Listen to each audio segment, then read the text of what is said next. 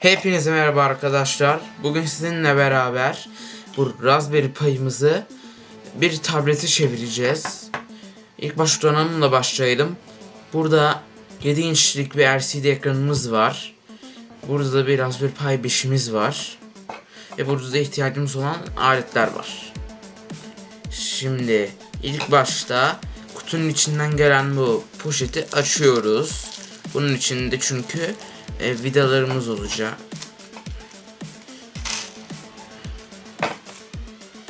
Şimdi şu turuncu pirinçten yapılmış olanları buraya yerleştiriyoruz. Arkadaşlar bu arada sizde burası turuncu olacak. Bunu tırnağınıza soyacaksınız. Gelecek o zaten. O sadece bir koruma.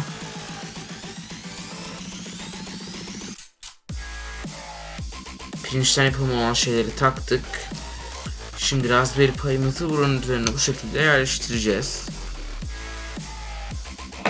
O vidaları alıyoruz. Şu şekilde buralara yerleştirmeye başlıyoruz. Bu işlemde böyle bir cımbız kullanmanız daha rahat olacaktır. Çünkü ulaşması çok zor yerler var.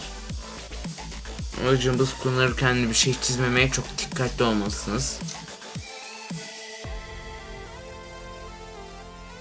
Evet, bu şekilde yerleştirdim. Şimdi bunları bir tornavida yardımıyla sıkıyoruz.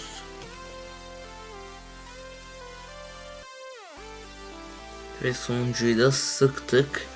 Şimdi burada iki tane şey kalacak. Bunlar yedek olanlar. Bunları tekrardan poşete koyabiliriz. Evet, şimdi daha kabloları takacağız. Şimdi şurada ekranın burasında şöyle bir kısım olacak. Bunu çekeceğiz. Bu şekilde. Ve bu şekilde üzerindeki yazı üst tarafa gelecek şekilde bunu takacağız.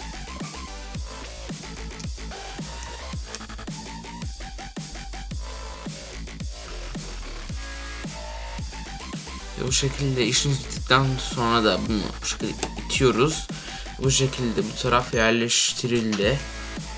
Şimdi bunu bu şekilde bu ekran portunu takacağız. Bu şekilde çektik. Bu sefer de yazı Ethernet ve USB portuna bakacak. Bu şekilde yani. Ve bunu da böyle sabitledik. Şimdi ama ekranın daha gücünü vermedik. Gücü içinde böyle 4 kablolu bir şey çıkacak. Şimdi bunu bu şekilde baştan ikinci kısmı bu şekilde geçiriyorsunuz Raspberry Pi'nizin. Ondan sonra bunu da buraya bu şekilde taktığınız zaman artık fiziksel olarak bağlamış oluyoruz. Şimdi işletim sistemini bu USB'ye kuracağız. Bilgisayarda görüşürüz.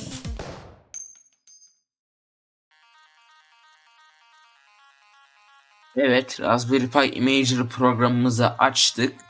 Şu an ben USB'yi bağladım. Siz de eğer SD kart kullanacaksanız onu da bağlayabilirsiniz.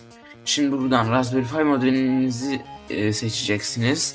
Burada hemen Raspberry Pi 5'i seçeceğim. Operating System'da Raspberry Pi OS 64 bit Storage SanDisk Razor Blade ve buradan Next diyeceksiniz ve buradan isterseniz tekrar göstereyim bunu. Buradan isterseniz adını belirleyebilirsiniz, şifre koyabilirsiniz falan filan. Aynı zamanda internete bağlayabilirsiniz direkt. Yani bu size kalmış. Şimdi buna no desek. Şimdi bu eğer bunu evet dersiniz içindeki her şey silinecek. Raspberry Pi OS yüklenecek içine. Evet, şu anda USB'mize işletim sistemimiz yüklenmiş. Evet, şimdi USB'nin içine giriyoruz. Aynı zamanda burada config.txt diye bir dosyayı buluyoruz. Şimdi bunu açıyoruz. Şimdi bunun sonuna bazı şeyler ekleyeceğiz. Ben bunları açıklamada vereceğim. Evet. Şimdi onları yapabiliriz.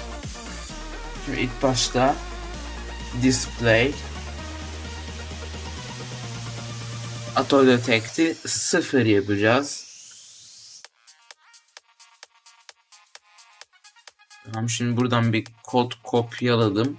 Şimdi bunun sonuna ekleyeceğim bunu da. Şimdi bu ekranla alakalı kodlar. Şimdi bunu kaydedip Raspberry Pi'ma takabilirim. Evet, şu anda bu USB'yi takacağım.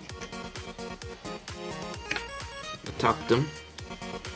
Şimdi gücü de takacağız. Bakalım çalışacak mı? Bu arada daha önce denemedim bu arada. O yüzden ben de göreceğim.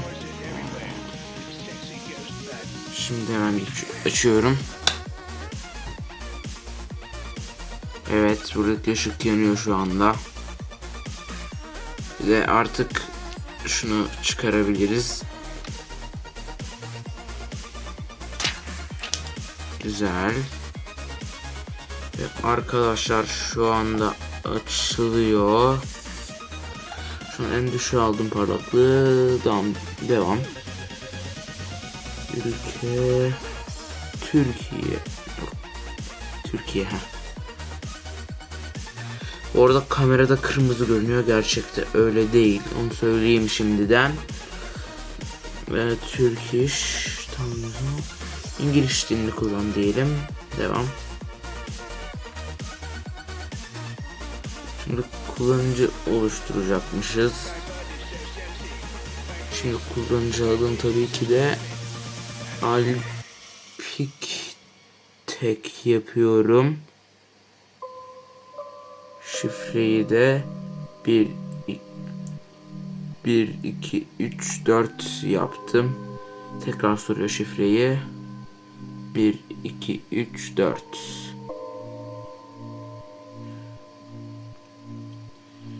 Evet, burayı mecbur sansürleyeceğim. Kitleyeceğim. Firefox olsun.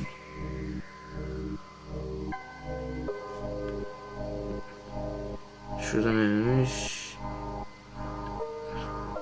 Tamam. Şu anda masaüstü açılacak. Ve masaüstü açıldı. Burada ikonlar güncellenmiş, güzel olmuş bu arada. Evet, internete şu anda bağlandık. Şimdi bunun özelliklerine birazcık bakalım o zaman. Mesela Recommended Software diye bir şey varmış. Bu uygulama mağazası falan olabilir yalnız, önemli yani. Şimdi benim aklıma fikir geldi. Şimdi ben bunu böyle tutmak zorunda kalmayayım diye aslında şöyle bir şey yapabiliriz bence.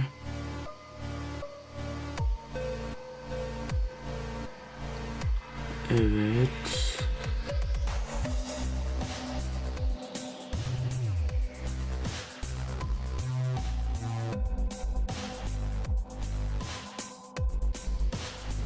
Evet, şimdi bunu ters döndürebilirsem orientation inverted apply, bunu bu şekilde OK'ye basarsam artık bu şekilde kendi kendine durabiliyor. Çok güzel. Şimdi bunu bir günlük kullanımda kullanmayı deneyelim. Mesela bir web tarayıcısına girelim mesela. YouTube'a girelim.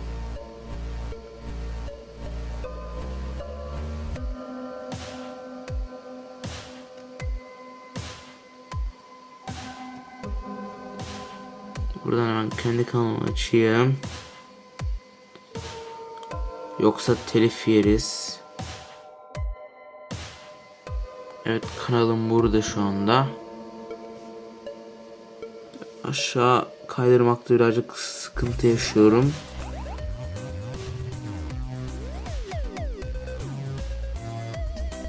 Bir iki parmakla deneyelim.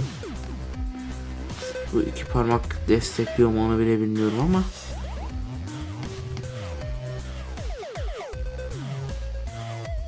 Tamam. Sağdan kaydırabiliyorum. Evet, videom açıldı şu anda.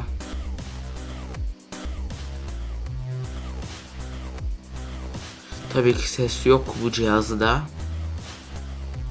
O yüzden normal.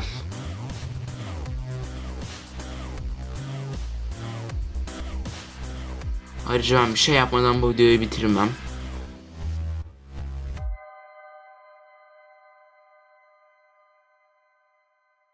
Bu olursa video biter. Ve oldu. Arkadaşlar, eğer bu videoya düzgün bir like gelirse buna bir kasa tasarımı yapacağım 3 boyut yazıcıdan. Ve aynı zamanda yorumlarda bunda ne açmamı istediğinizi belirtebilirsiniz. Yani mesela bunda Minecraft bile açabiliriz isterseniz. Sadece yorumlarda belirtmeniz yeterli. O zaman bay bay.